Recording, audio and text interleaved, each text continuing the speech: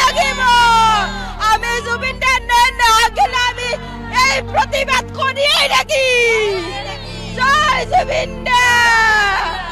যেন আমাৰ এটা পৰিয়ালৰ এজন সদস্য হেৰাই গৈছে সেনেকুৱা আমাৰ এটা লাগি আছে অন্তৰত যেন বতাহৰ বৰষুণৰ ধুমুহাই যেন গাত আহি আছে